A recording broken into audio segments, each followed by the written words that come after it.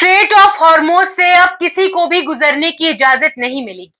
जी हां, ईरान ने दुनिया के सबसे स्ट्रैटेजिक और सेंसिटिव मैरीटाइम चोक पॉइंट पर अपना कंट्रोल और ज्यादा टाइट कर दिया है, जहां नए कानून और रेगुलेटरी मेजर्स लागू करने की तैयारी हो चुकी है और अब बिना ईरानियन अथॉरिटीज की परमिशन के कोई भी कमर्शियल या ऑयल वेसल इस रूट से क्रॉस नहीं कर पाएगा। ईरान के सुप्रीम लीडर मुज्तबा खामनाई ने स्टेट टेलीविजन पर अपने बयान में यह साफ कर दिया है कि स्ट्रेट ऑफ हॉर्मोज को मैनेज करने का एक न्यू फेज ऑफिशियली शुरू हो चुका है, जो असल में सिर्फ एक एडमिनिस्ट्रेटिव चेंज नहीं बल्कि एक स्ट्रॉन्ग जियोपॉलिटिकल सिग्नल माना जा रहा है। ये वही नैरो सी पैसेज है जहां से लगभग 20% ग्लोबल ऑयल सप्लाई गुजरती है। मतलब एशिया, यूरोप और दुनिया के कई देशों की एनर्जी सिक्योरिटी इस एक रूट पर डिपेंड करती है और इसी वजह से ईरान का ये कदम तुरंत इंटरनेशनल कंसर्न का सबब बन गया है।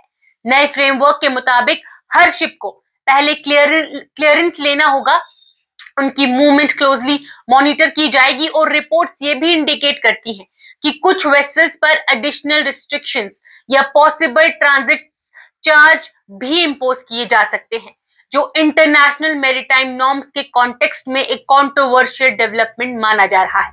सबसे बड़ी बात यह है कि ग्राउंड सिचुएशन ऑलरेडी इंपैक्ट देखने लगी है, जहां मैरीटाइम ट्रैफिक शार्पली रिस्ट्रिक्ट हो चुका है और रिपोर्ट्स के मुताबिक अब सिर्फ लगभग 15 शिप्स पर डे को ही पैसेज दिया जाएगा, जिससे सप्लाई चेन और ऑयल ट्रांसपोर्ट पर तुरंत प्रेशर क्रिएट हो रहा है। ये सब उस वक्त हो रहा है जब ईरान और यूनाइटेड स्टेट्स के बीच 15 दिन का एक फ्रेजाइल सीजफायर चल रहा है, जिसके तहत पाकिस्तान में डिप्लोमेटिक बात भी होने वाली है। लेकिन रीजन की ग्राउंड रियलिटी अभी भी अनस्टेबल बनी हुई है, खासकर इसलिए क्योंकि इजराइल ने लेबनान को सीजफायर फ्रेमवर्क से बाहर रखा है और हिजबुल्लाह के खिलाफ अपने मिलिट्री ऑपरेशंस जारी रखे हुए हैं, जिससे पूरे मिडिल ईस्ट और ज्यादा वॉलेटाइल हो गया है। ईरान का कहना है कि सीजफायर उसके सभी रीजनल एलाइज पर लागू होना चाहिए, लेकिन इस डिमांड को वॉशिंगटन और तेल अवीव ने रिजेक्ट कर दिया है, जिससे डिप्लोमेटिक फ्रिक्शन और एस्केलेट हो रहा है। इस डेवलपिंग सिचुएशन का सीधा असर ग्लोबल मार्केट्स पर भी देखा जा रहा है, जहां ऑयल प्राइसेस में तेजी रिकॉर्ड की जा रही है, शिपिंग इंश्योरेंस कॉस्ट बढ़ने लगे हैं और कई इंटरनेशनल एयरलाइंस ने मिडिल ईस्ट रूट्स पर अपनी सर्विसेज टेम्परेरीली सस्पेंड कर दी है, जिनमें एयर फ्रांस भी शामिल है। स्ट्रैटेजिक एक्सपर्ट्स और जियोपॉलिटिकल एनालिस्ट इस मूव को एक कैलकुलेटेड प्रेशर टैक्टिक के रूप में देख रहे हैं, जहां ईरान अपनी जियोग्राफिकल पोजीशनिंग और स्ट्रेट ऑफ हॉर्मोज पर कंट्रोल कैपेसिटी का इस्तेमाल करके ग्लोबल पावर्स पर नेगोशिएशन प्रेशर बिल्ड कर रहा है, ताकि चल रही डिप्लोमेटिक टॉक्स में अपनी बार्गेनिंग पावर को स्ट्रॉन्ग किया जा सके।